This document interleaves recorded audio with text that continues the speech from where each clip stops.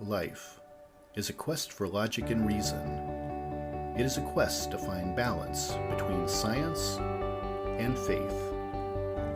Life is a quest for knowledge and understanding. But most importantly, it's a quest for personal discovery. Whatever your quest, knowing yourself is the beginning of all wisdom. Welcome to Quest.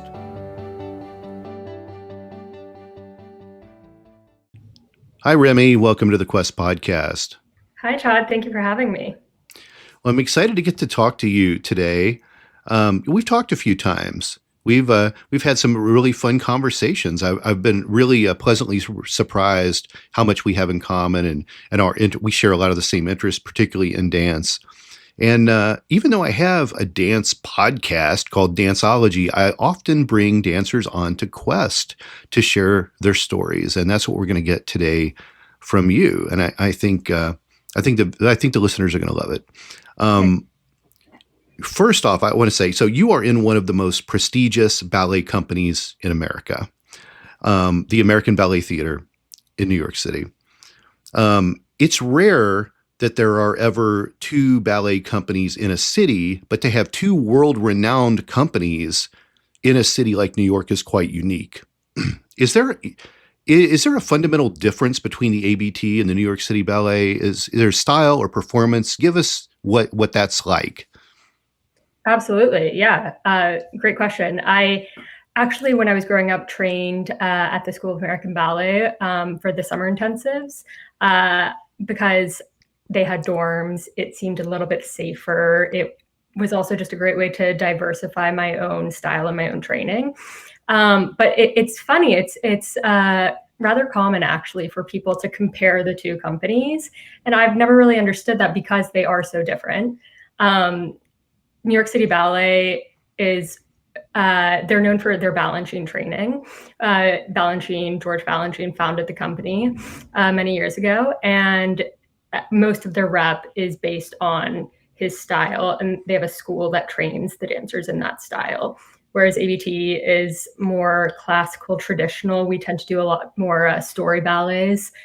So these big sets and props, and we do it at the Metropolitan Opera House. So it's so grand, and there's a lot of tiny little pieces there. Whereas frequently New York City Ballet will go on stage in just a leotard and tights and a backdrop and just dance, which is really wonderful too. And of course, they also do story ballets occasionally, and we do the more minimalist type of ballets sometimes. But it's funny because their aesthetic is not in any way minimal. It's very dynamic and quick and sharp.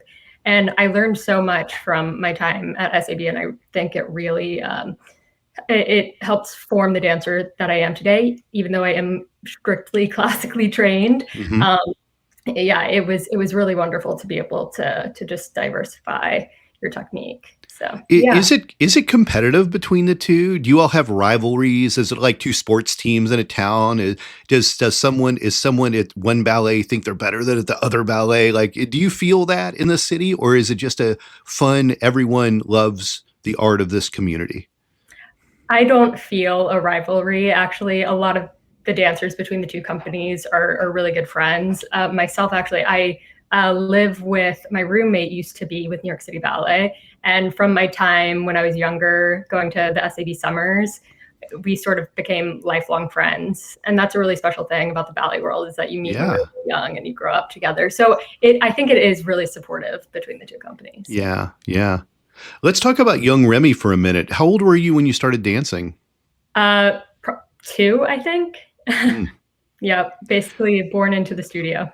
Now, is this correct? You learned at your mom's school? Yes, it's my grandmother's school. Oh, your grandmother's school. Yeah. Yeah, when I was in elementary school, my mom opened a sister school because my grandmother's school was in Charlotte, so I was from outside of Charlotte, a little suburb called Belmont, and so my mom opened up a sister school, but I always trained at my grandmother's school just because I had my friends there, my classmates, and I was just used to that. But yeah, until I was 16. Wow. Yep. Did you, let me talk, I mean, obviously you have a family in the dance business for sure. did you have a big family? Like, did you have brothers and sisters? Like, what was the rest of the family dynamic like? Yes, I have a younger brother. He danced a little bit when he was growing up. It's much harder for boys when they're younger to just feel accepted. Culturally, it's not really the norm in America, or at least in the South.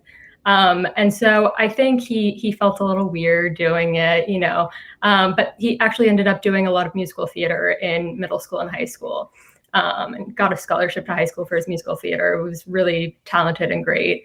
I think ultimately he knew he didn't want to pursue it in terms of career. So he Sure. just graduated from college actually with a business degree, that whole thing. So he's taking that route, but he still really understands it. And I think appreciates the love for the art form that he has. Yeah. So Let me ask you this. When I was, obviously I'm significantly older than you, and when I was a boy, little boys played Little League and little girls were in dance. And at some point, as, Gen X moves into, the millennials, it started to become, little girls wanted to be athletes.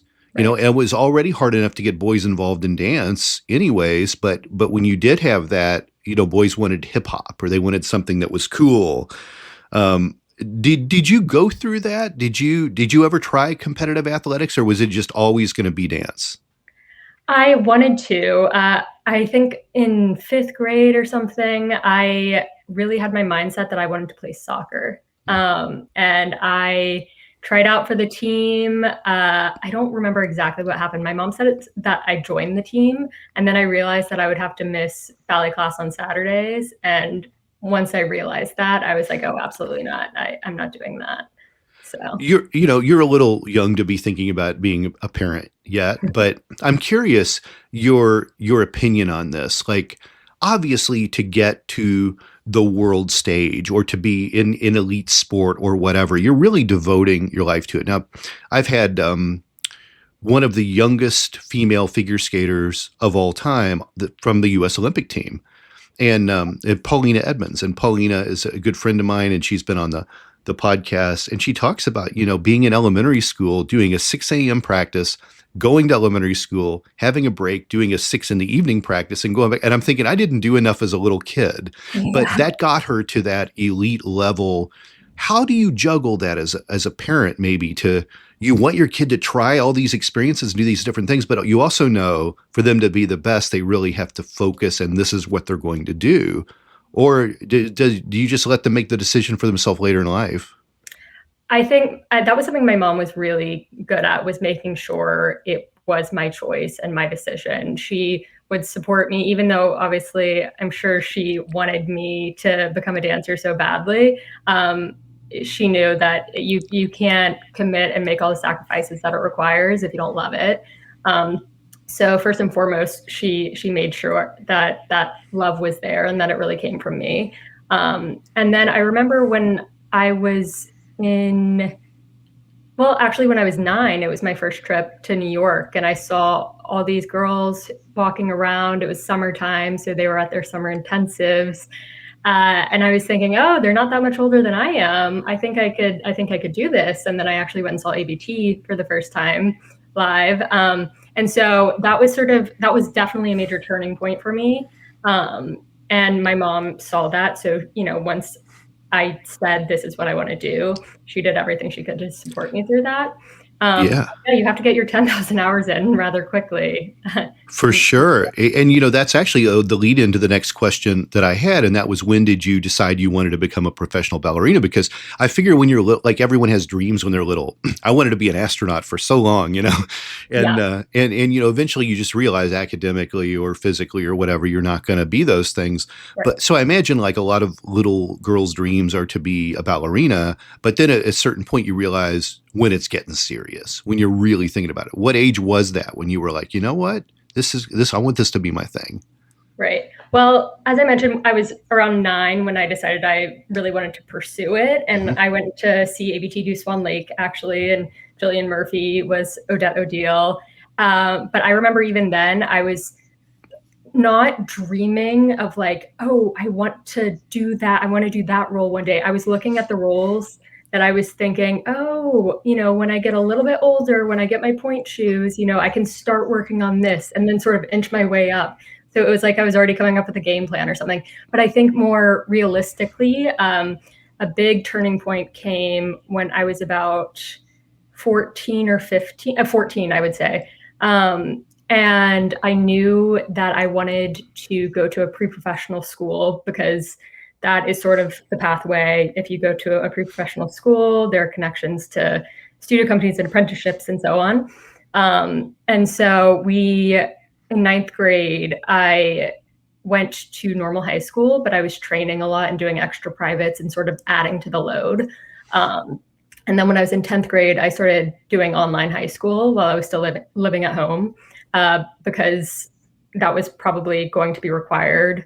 And it was when I moved away in 11th grade. So yeah, I would say I was about 14 when I really decided to push it.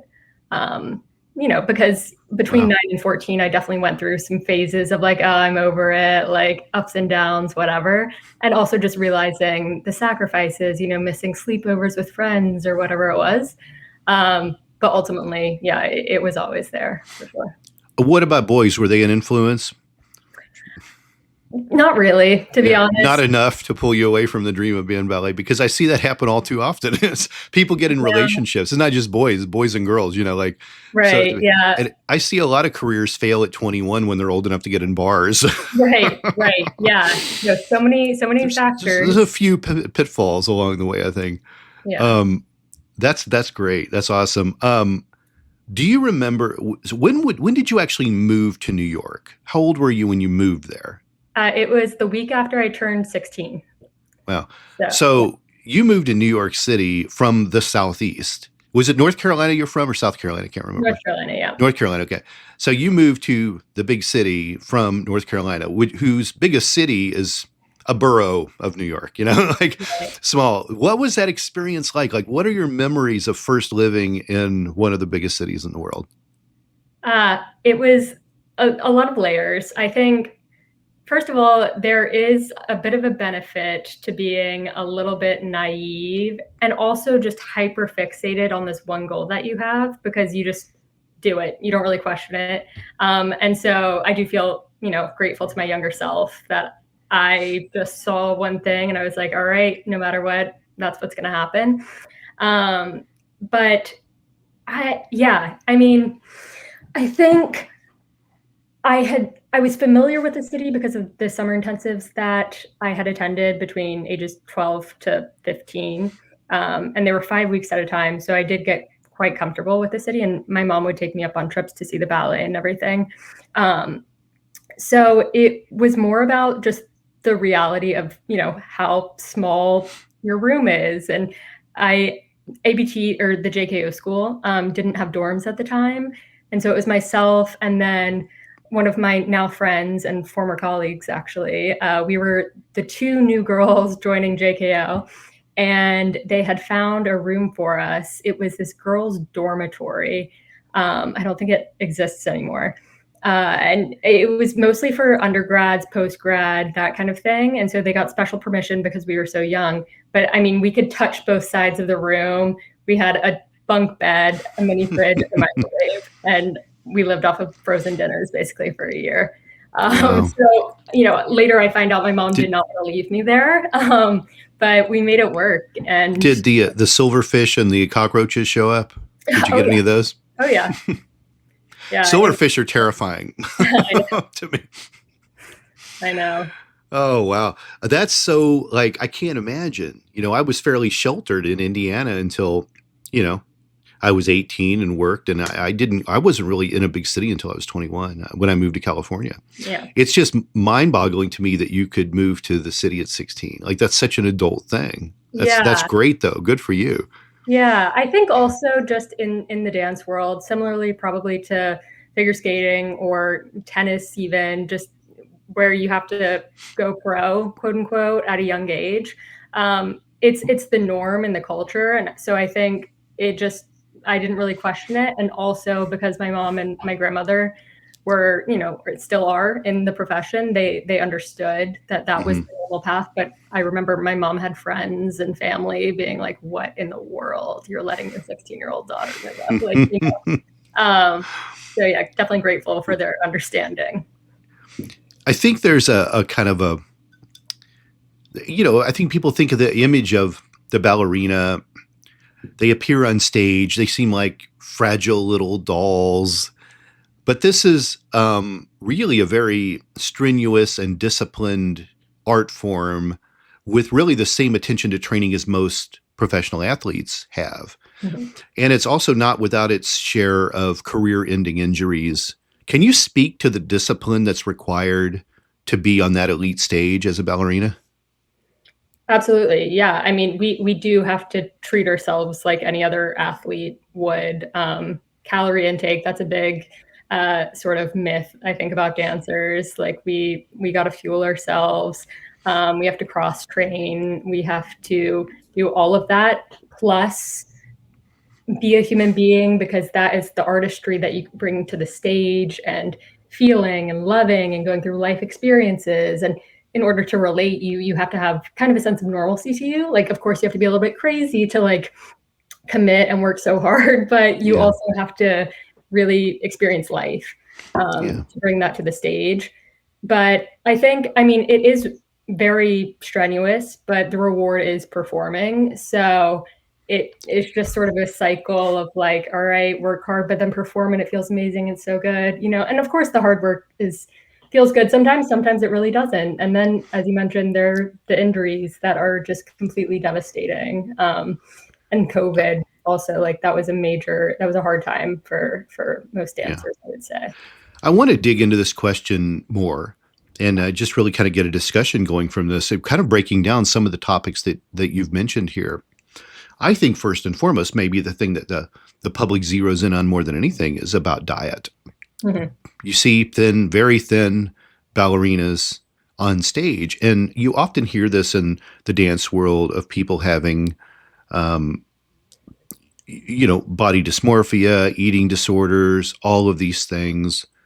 I'm certain you've probably seen this or had peers in this business, or maybe suffered from some of these things yourself. Like, what does it take to have that discipline to stick to that diet? Or what are the things that happen that trigger these eating disorders? We have been kind of circling back to like figure skating in this. Gracie Gold has had a book out last year, which is very popular. And in that book, she talks about her eating disorder and her body dysmorphia and kind of how all this stuff came on. Mm-hmm.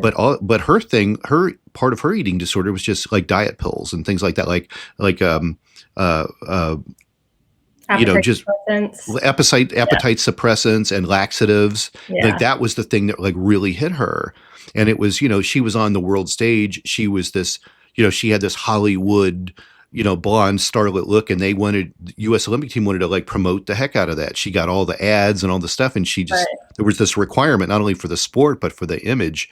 Right. Do you see that stuff? I mean, is that common? Is it more common than people think, or is it less common than people think? That is tough to answer because, we are in a generation now, similarly to the rest of the world, that is trying to promote wellness and mental health and all of these things. But it's also just sort of, unfortunately, part of being a young boy or girl and not having your, frontal lobe fully developed and thinking that you're working really hard, at least in my experience. It was just that I thought that I was doing my best and working so hard and like doing everything I could for myself. And that's what I thought it meant to like take care of myself and work hard. But, you just have to sort of go through that and realize, no, that, limiting or restricting yourself is not the way to do it. And so it's not even that you have to follow a strict diet. It's not that you are disciplined in that way. For me, at least, it was learning how to let go of the restrictions. And then, your bones are healthier. Everything is so much healthier. And like, it's just defining healthy, because I think when we're, prepubescent and then we're in a leotard and tights every day, staring at ourselves at the mirror, and then we're like, oh my God, what's happening? Like, it's natural. But, it's also amongst the backdrop of the world at large, which is just that in society there is a lot of like, this whole Ozempic thing, whatever. Like it's all about one time it's being skinny, like that's the trend and people go crazy about. So I think, it's definitely not isolated to these sports or arts or whatever they are. And it is unfortunate that we're sort of stereotyped, or like we have the reputation of being really messed up when it comes to eating or when it comes to food. Like, every quote unquote normal person is just so amazed when they see a dancer eat, and it's like, no, girl, like I gotta fuel my body. I am dancing 12 hours a day sometimes. They get their information from ballet dance movies. Right, exactly. And it's not completely false. Like there, the 70s and 80s, there were generations of like people just living off of cigarettes, and cocaine in the 80s. It was a big weight loss suppressant, energy booster. Also, yeah. But it's like, all right, that was 50 years ago. Like, let's take a look at how it really is now. But yeah, I would, and I don't really know the body too much when it comes to like what different athletes and dancers need, but I would assume with ballet, it's really about keeping strong muscles and the diet you need to have to build strong muscles, right? Yep. And I would imagine that ligaments and cartilage are probably the next most important things, because with all of that strengthened and strong and not falling apart, the bones are going to be pretty good. Am I off base on any of that? Does that sound like those are the three main parts of your body you want to keep really working well? Yeah, I mean, definitely. Yes, you need to have enough fuel so that your muscles aren't just, withering away. For me, it was interesting because I had a stress fracture right after COVID, because that was another reason why COVID was such a hard time. Just the lack of consistency in terms of training and just limited space and environments to properly train. But it was also because, the 4 years just before COVID, I was severely restricting myself. And so I wasn't allowing my bones to really grow. I had definitely not the bone density that you would have expected an athlete to have. And so then, when you started just out of nowhere trying to make your body do what it used to do after not having consistent training, it's just sort of one thing after the other. So stress fractures are really common for sure. But yeah, definitely just power. Like you need to sustain your power somehow. Yeah. And yeah, ligaments are a big thing. I think that's more just like overuse sometimes, which can be a part of an eating disorder, is overworking. So it's really unfortunate, but it's just, being aware of like, it's not just about how you're looking or how you think you're looking more specifically, because first of all, no one else is probably seeing you the way that you're seeing yourself. And second of all, like it really is, there's so many layers. It's so much more complex when it comes to like what health really is. I think people, the dieting trends, talking about nutrition is always a really tricky thing, because you can't necessarily buy a book that's perfect for you. Mm-hmm. And particularly with athletes and dancers and things, people develop different things they need. Like a professional wrestler is developing in a different way than you are.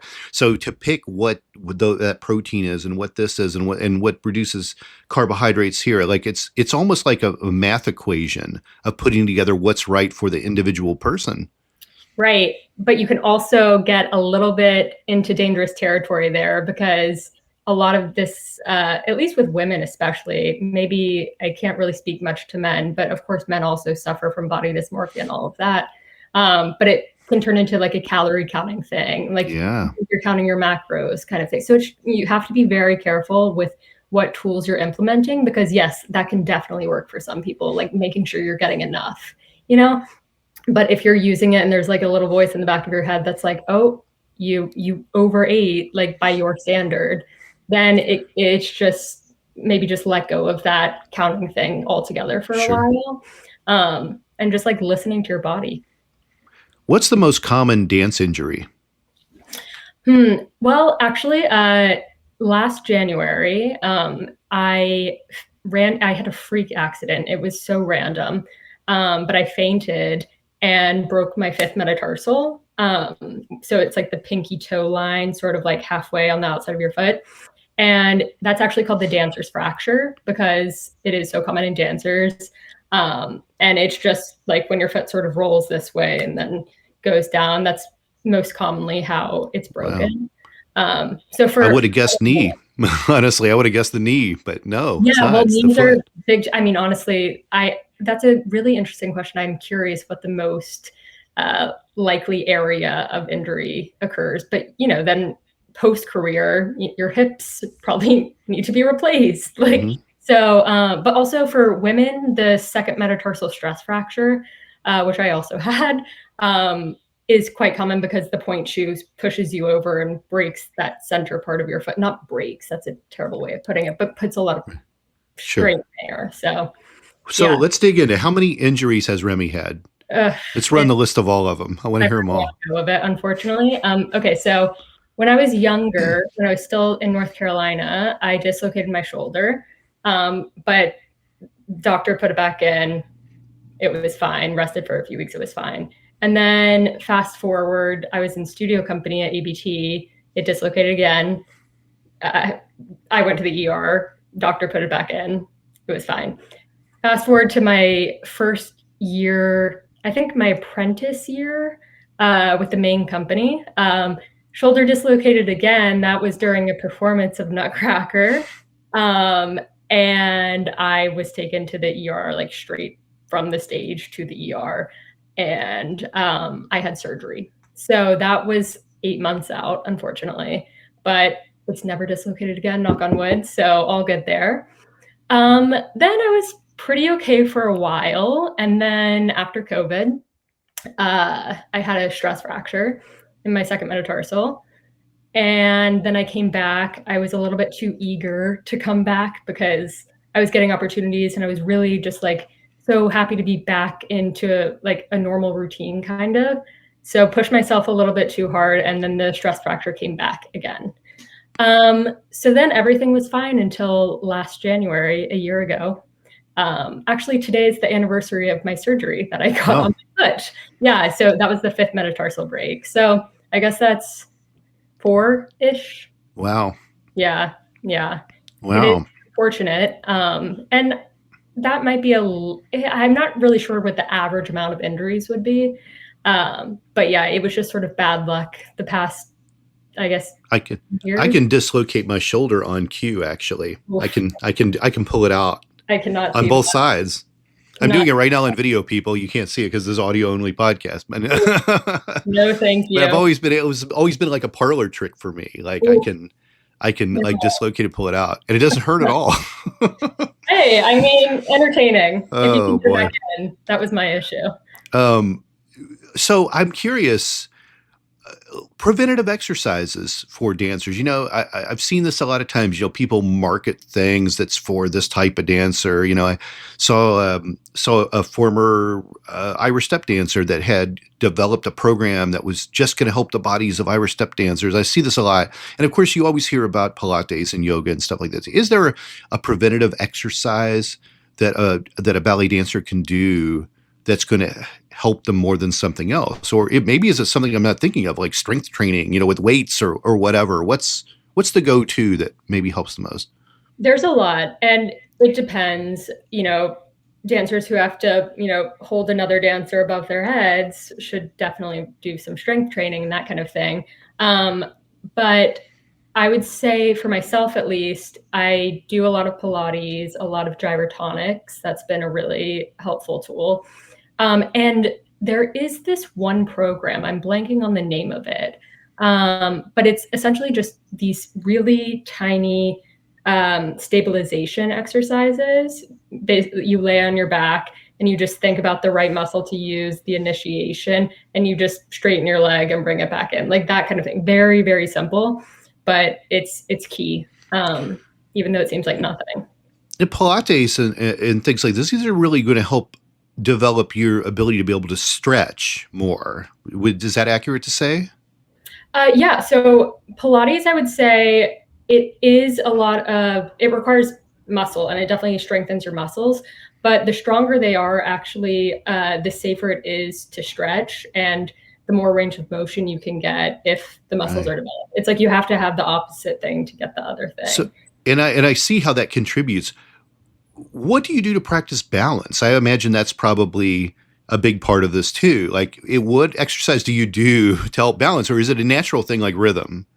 Yeah, that's a great question, because that was never something that I really practiced until after one of my foot injuries. I was working with this physical therapist, and she had a lot of really great exercises for me to do that incorporated proprioception. So sometimes you would do things with your eyes closed. Sometimes you would look one way while you're going the other way and change your focus. It's everything to do with the eyes. So there are a lot of really cool techniques. So balance is in the eyes? It's a big part of it. That's why sometimes on stage, you never really know what to expect. If the lights are too bright, or if it's pitch black out in the audience, it can really mess up your proprioception. But so it's more about just testing different environments, basically, where you can't always maybe see the way that you want to see or spot where exactly you want to.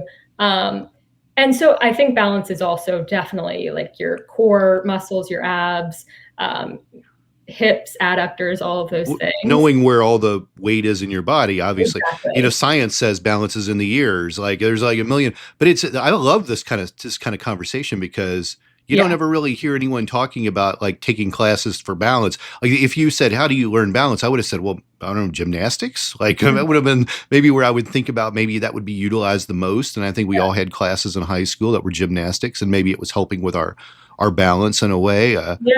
But when it comes to dance, like, where's that come from? It's very interesting. Yeah. Well, if I'm turning or something and I'm having a bad turning day, like it's just not working. It's happened a couple of times where my teacher will just say, oh, you just need to look up. So, and that does sort of relate to where your weight is. And so it's sort of like tricking yourself, I guess, to just realign. But yeah, it's fascinating. That's fantastic. What else? While we're still on this topic, like, what else is there that's the daily stuff? I mean, physiotherapy, I imagine, is a big deal. What about massage and things like that? Like, are these necessary things? Are they luxuries? No, I mean, it's not. The kind of massages that we get are not relaxing massages. Okay. they hurt a little bit, to be honest, just because you're releasing all the knots and all the tight areas.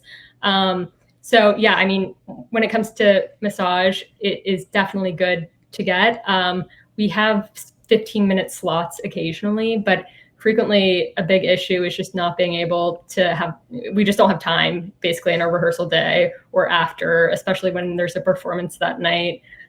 We just don't really have time to get massages, also because you can't really get a massage right before you start dancing. Sure.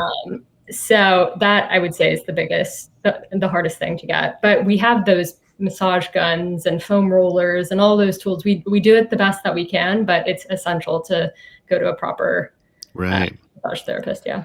Would you say that a ballerina carries pain most days? Is that fair to say? I know a lot of professional athletes, they carry pain with them every day of their lives. Does it come a point where one day things are aching and then things just always stay aching after that on different parts of your body? Definitely. Yes. And I'm sure the older a dancer gets, the more pain they feel, just chronically, generally. But again, we cross-train for that, and we do our exercises for that. We do everything we can to try to relieve it, but it is kind of part of it. Yeah. What's the length of the career of a ballet dancer generally? It really depends. Of course, injuries can happen. God forbid it's a career-ending injury. Or you just sort of realize that, I don't know, it's so personal for every person. But I would say if you wanted to just go through as far as you could, it would maybe be early 40s, some people late 30s. Mm-hmm. Yeah, it's so individual. You mentioned seeing Jillian Murphy was the first one, and I think she's just now retiring in a 35-year career?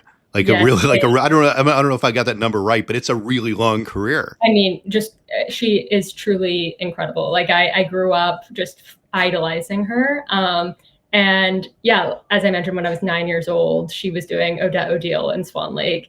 And she's actually retiring in July, I believe, with that same role, Odette Odile, which is notoriously one of the hardest roles in ballet, period. Yeah. And she is just the best at it. Yeah. Wow. Yeah. I mean, that's proof right there. You can do this for your whole life.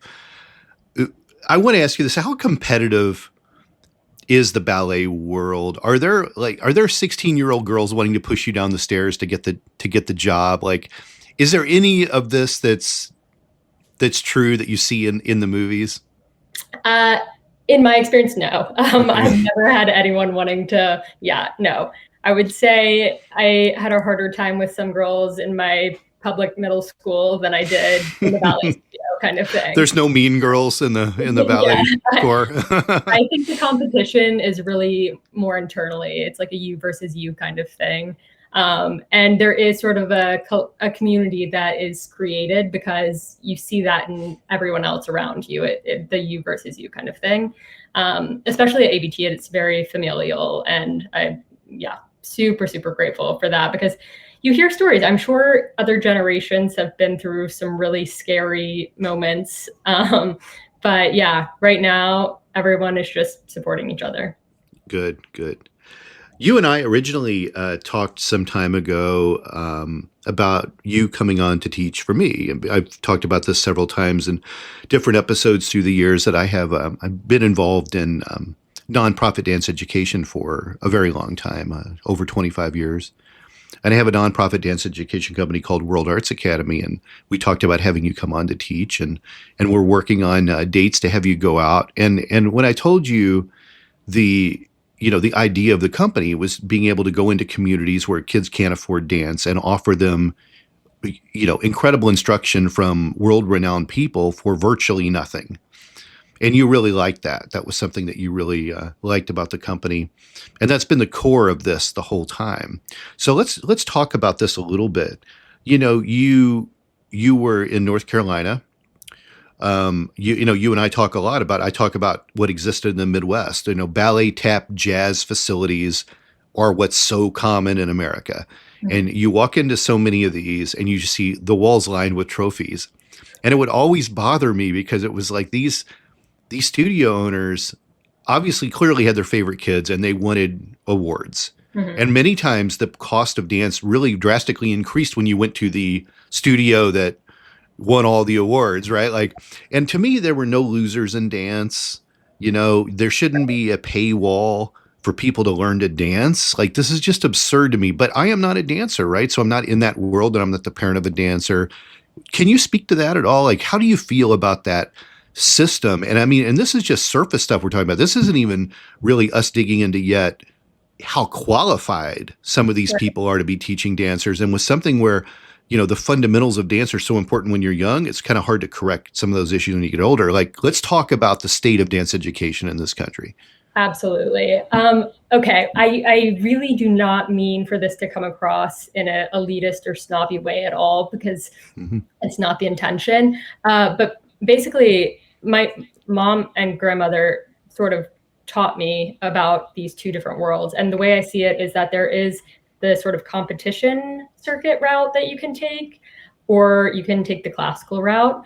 And frequently there can be crossover. There are some dancers in ABT, some of my colleagues, who took the competition route, and then when they realized that they really wanted to go into the ballet thing, they switched over to classical training. So it's definitely possible. And also you can definitely get jobs going to the competition route in music videos or, that kind of thing, basically. But in terms of being in a ballet company, if that is the ultimate goal, then going the classical route is probably the better solution or better answer, or what you're looking for, I guess. In terms of the competition thing, for ballet specifically, dance competition, to me, that is more of a sport, kind of.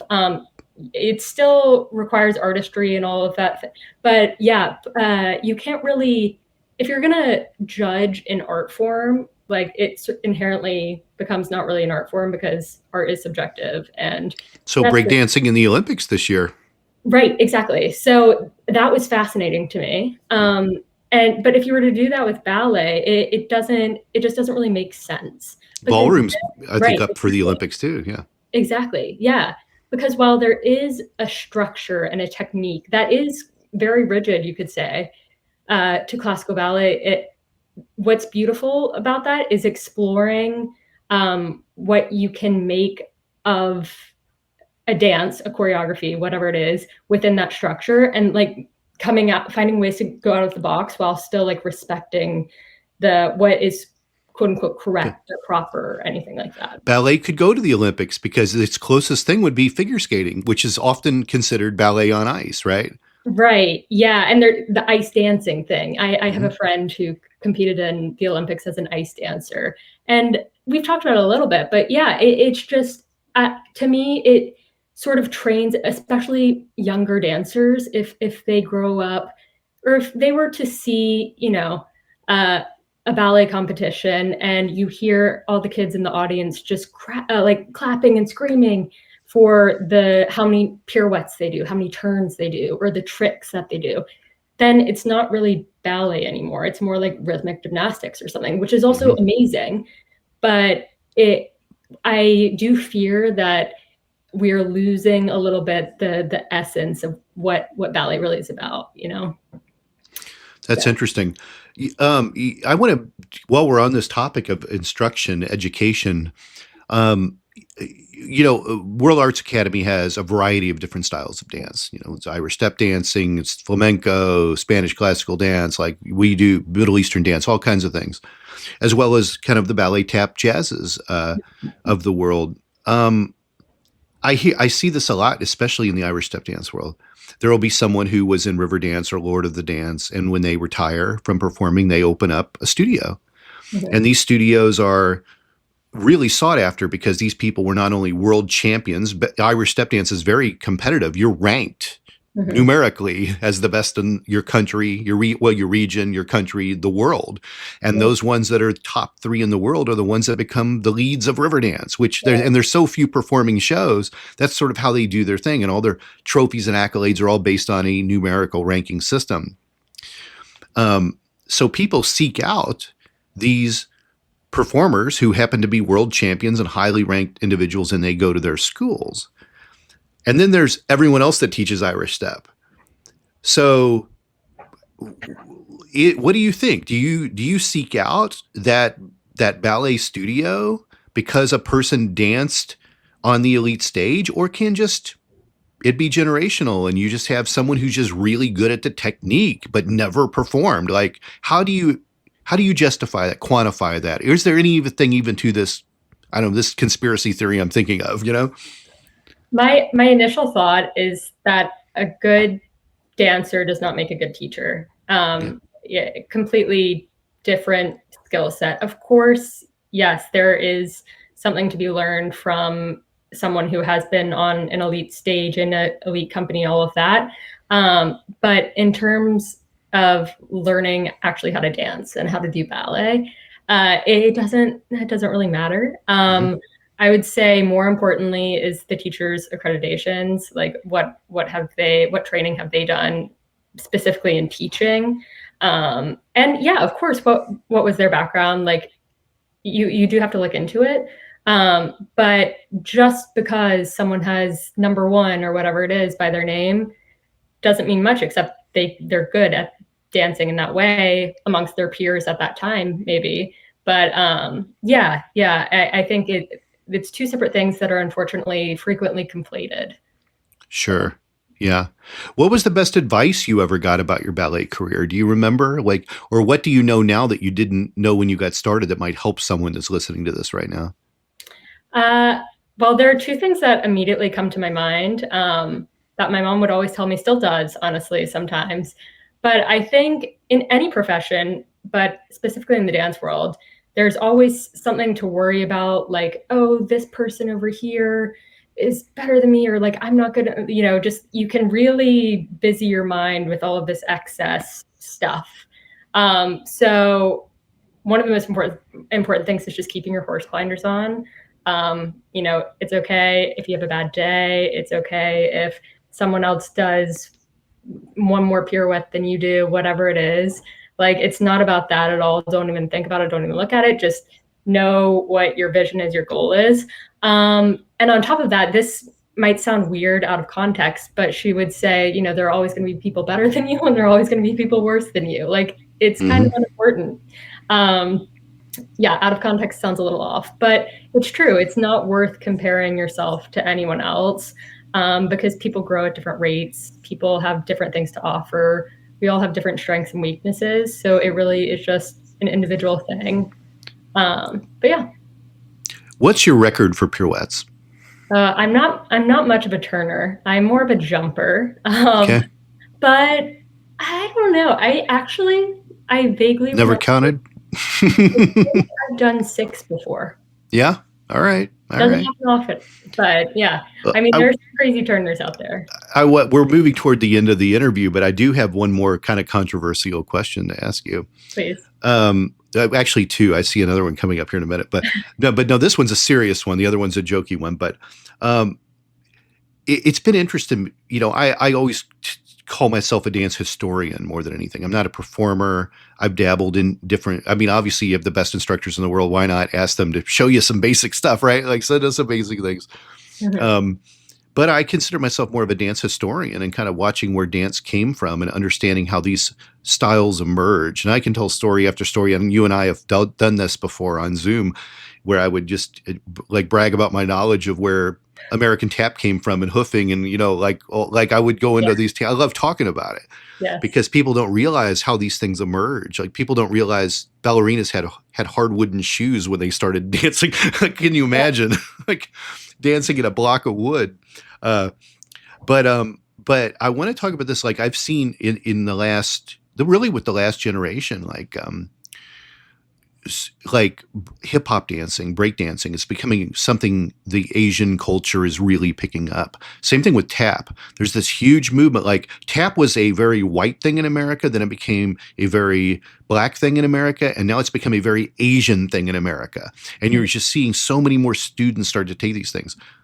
But in ballet world, it's still very, very white. Yeah, and I think we're starting to see some diversity, but can you speak to that? Like, do you still see, is this something that's still, well, who's picking it up? Like, who do you see the most common ethnicity of student is today when you see the students? Like, because so many of the big performers, it's really a lot of white performers, Yeah, definitely. It is unfortunate. And I think that, as the thing that World Arts Academy is really trying to focus on is just the lack of opportunity in certain areas of the States. And I think that is one of the biggest things, because as we've spoken about, you do have to start at a young age, and you have to be able to maintain that kind of training throughout your entire childhood most of the time, which it's just a big ask, basically. But we are definitely seeing, so this was a big topic for us in COVID, DEI, everything. We are headed in the right direction. Still a ways to go, for sure. In ABT specifically, there are a good amount of Asian dancers, a few Black dancers, and more than that too, because ABT in the past, we always take from outside. We internationally will have our coaches, or the school coaches, studio company coaches, go and look for talent anywhere in the world, which I think is really, really amazing. But a lot of the companies in the States are specifically taking from their schools, and then from the school into the studio company, or apprenticeship, or whatever that specific company calls it. And so I think that could potentially be a reason. This is purely just a guess on my part, but that could be a reason for the lack of diversity in companies in the States specifically. but yeah, no, it's definitely something that I'm glad is being spoken about more now, but there's Yeah. definitely still some work to be Well, done. and I'm not throwing shade at any of the New York ballets. That's not my intention on this. Like It's Chen Wei came over and he's like phenomenal male yeah, dancer with this awesome physique. I've talked to him. It's like super nice. it's so sweet. And I'm like envious of his body. Like I need that. I need to figure out Beautiful. how he's exercising because he's a gorgeous man. You know?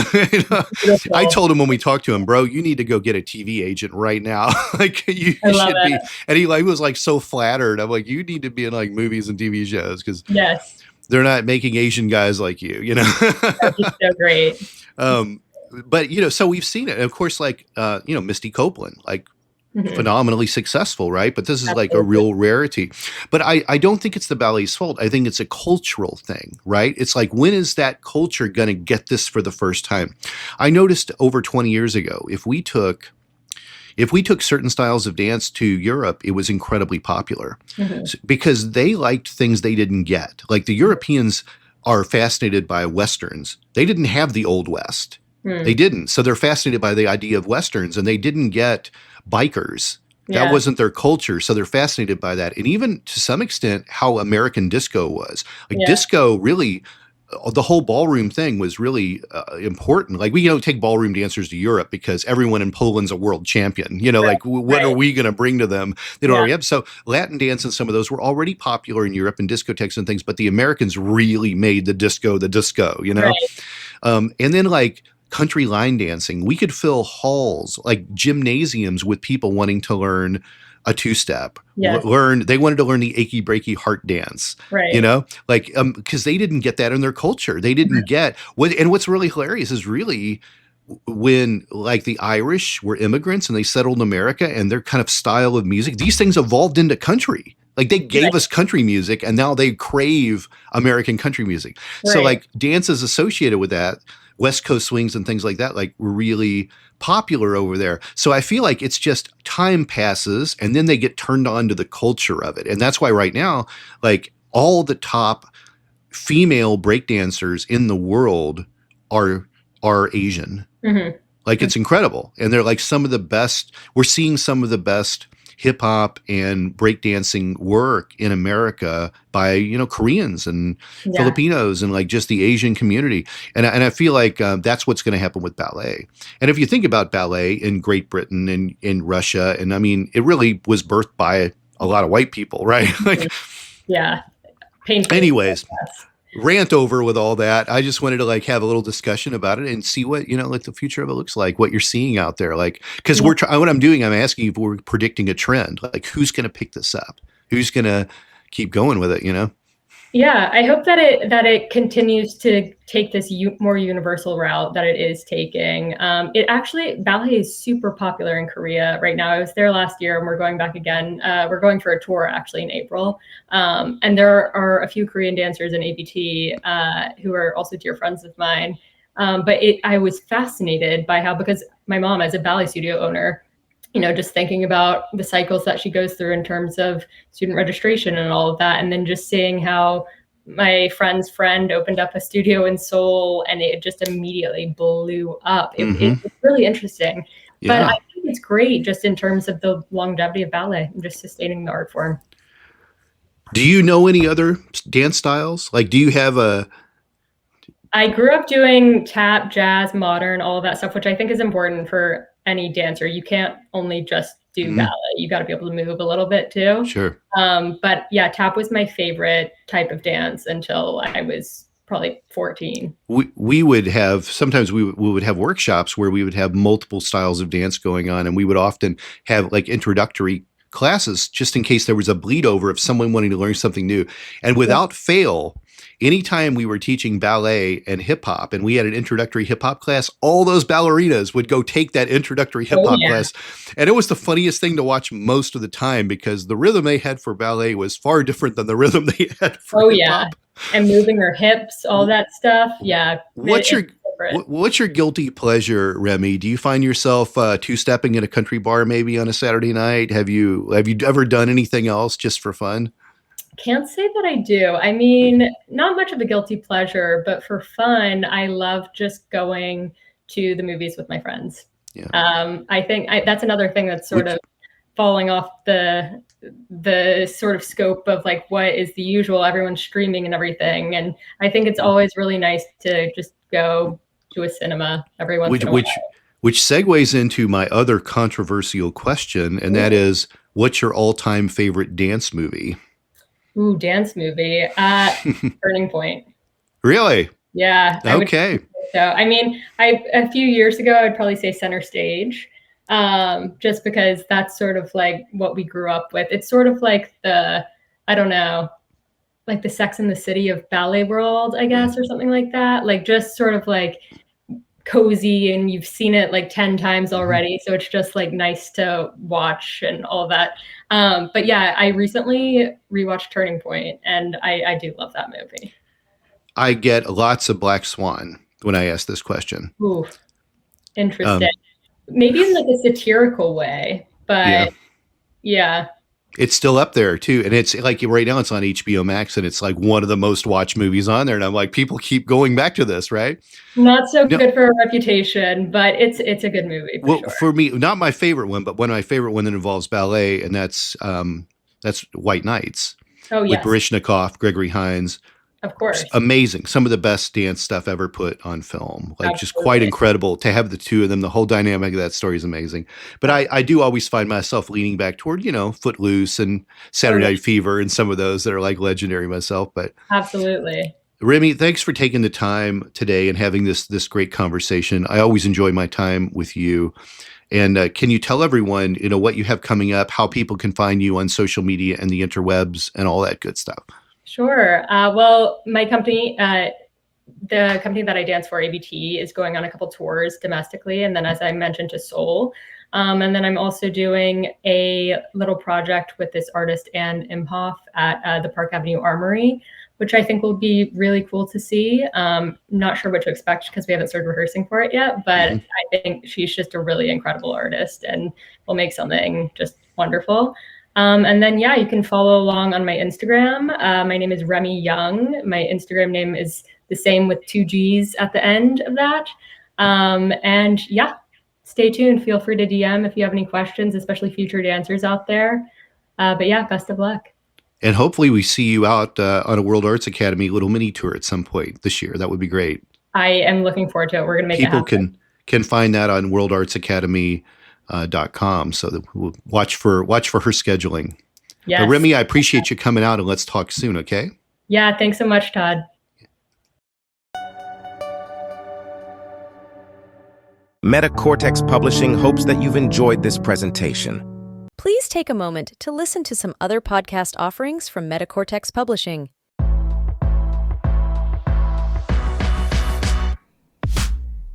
The Danceology podcast interviews the great masters of dance, the working professionals starring in today's most exciting shows, and the rising stars ready to amp up the craft. I'm your host, Edyta Slawenska from Dancing with the Stars. Join me as I dive into the world of dance, uncovering unique stories and the fascinating personalities of industry professionals on Danceology.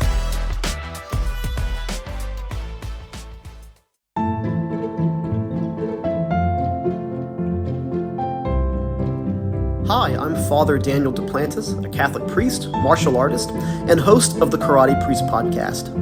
Have you ever wondered what the church teaches about different topics? Are you a martial arts enthusiast or just someone who wants to learn more about martial arts? I'd like to invite you to join me and many guests on my podcast as we cover topics of faith, everyday living, and martial arts on the Karate Priest podcast. The No Earthly Explanation podcast investigates the things that are unexplainable, hosted by world-renowned investigative researcher Donald R. Schmidt and scientist Ellie Ringo. Follow them as they look for evidence for things that have no earthly explanation. Available anywhere you listen to podcasts. Every year, tennis players from around the world compete for excellence, triumphing against all odds to emerge the champions. I'm your host, Maddie Harrison.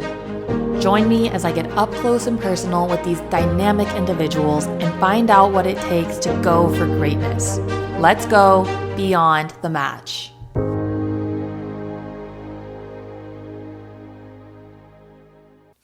Cult Following is a podcast that studies the personalities and common traits of cult leaders and their followers. Get the real story behind these infamous and oftentimes tragic cults from a new perspective, through exhaustive research, and from interviews with people that were there. Available anywhere you listen to podcasts.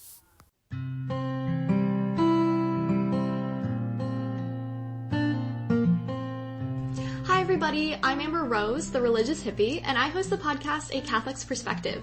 Join me every 2 weeks as I release episodes targeted towards helping young Catholics navigate their ever-changing secular world while staying strong in their faith. Whether you are a Catholic or not, all are welcome here. So if this is something that interests you, feel free to tune in. You can find A Catholic's Perspective on Spotify, Apple, or wherever you listen to your podcasts. I hope to see you there. Bye!